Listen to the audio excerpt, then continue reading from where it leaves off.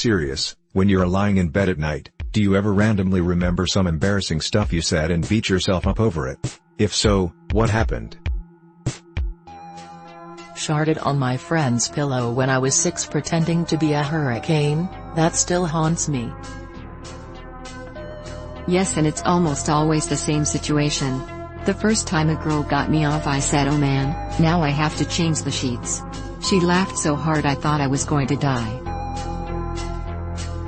Adult children of helicopter parents, how do you deal with them now? They say things, and I just kinda go like I'm agreeing that I will do those things. But never verbally say I will do those things. Hold on, let me go ask my mom.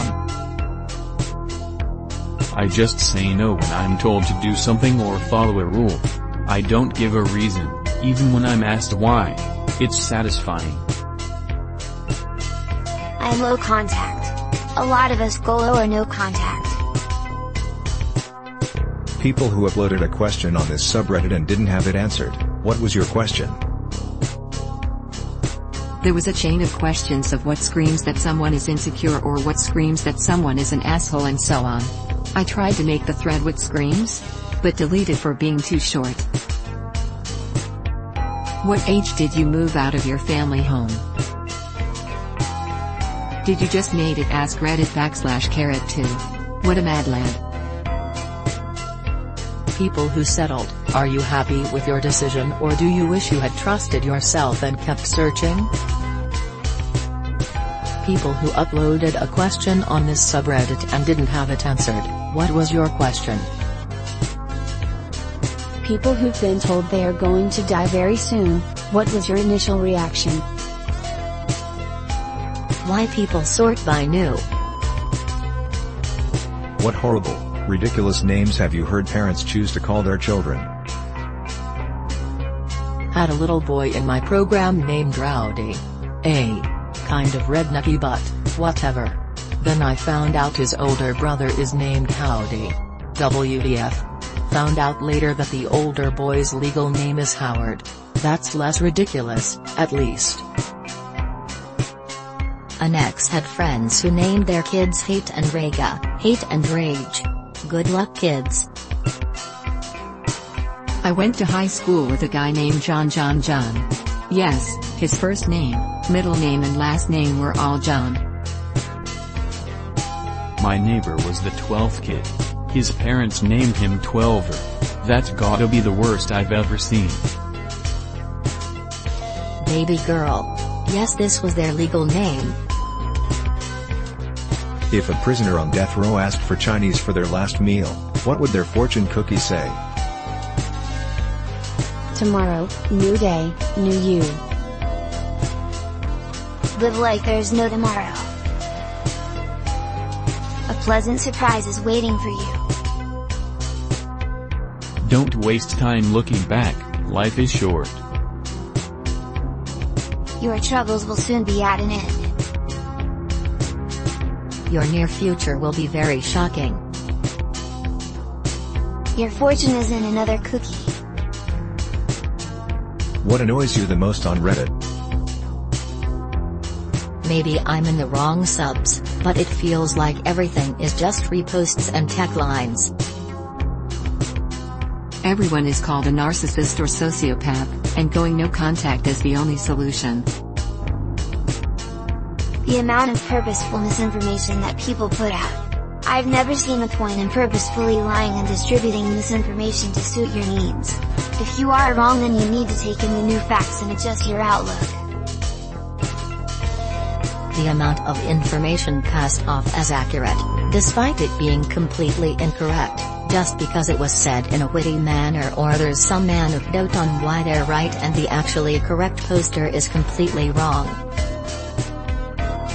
Subs moderated by a tight group of assholes with a god complex. People who confidently post about something they don't know anything about but get upvoted because of the way they phrase the comment. Obviously fake stories on communities like r/entitled parents. What was the weirdest question you got asked on a first date? "Do you want to come back to my place and play my mandolin?" And then she meant it. I got a 45-minute mandolin lesson at no charge. Dude kind of awkwardly leaned forward after some hours of talking and sort of half whispered, "You're not a furry, right?" He was incredibly relieved when I told him I wasn't. A dude once asked me how many fingers I could fit inside myself within the first 10 minutes of meeting up.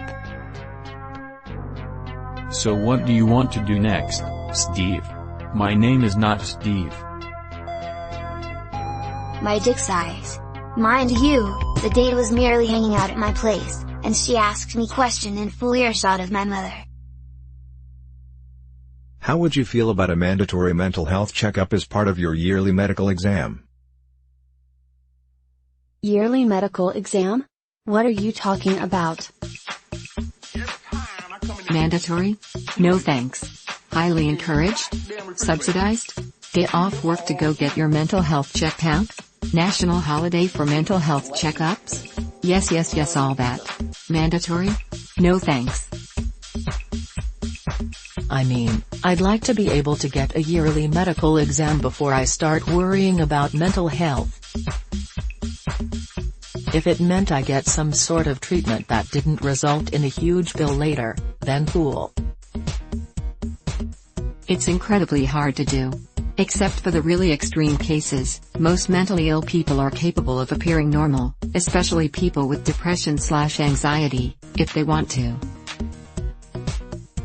Forced? Yikes. Greater than yearly medical exam. LOL. What is something that you own that you wouldn't sell for $1 million? A violin my grandfather made in the 1940s. It's the only heirloom in the family. Literally nothing. $1 million is $1 million. My father's old Disneyland hoodie. I miss him. I'd sell my soul for a Jolly Rancher. My dog. Edit, thanks for the silver. Nothing. If someone offered me $1 million for everything in my house, I'd take it without hesitation. People who grew up poor, what was your favorite poor person meal? Butter toast, but it was margarine. Grilled cheese and tomato soup. Cheap processed cheese melts well. I still eat this as I'm a poor adult too. Cinnamon sugar toast. Those rotisserie chicken they sell at supermarkets are sold at a loss. Buy that along with some cheap bread and you have yourself a lot of sandwiches. Hot dog wrapped with bread. Bonus points if you can salvage leftover sauce packets located in random kitchen drawers from previous fast food meals. For dinner we'd often have a mixture of white rice, hamburger meat, and canned cream of mushroom soup. It was actually not too bad. This thread is making me realize how fucked up my diet was as a kid.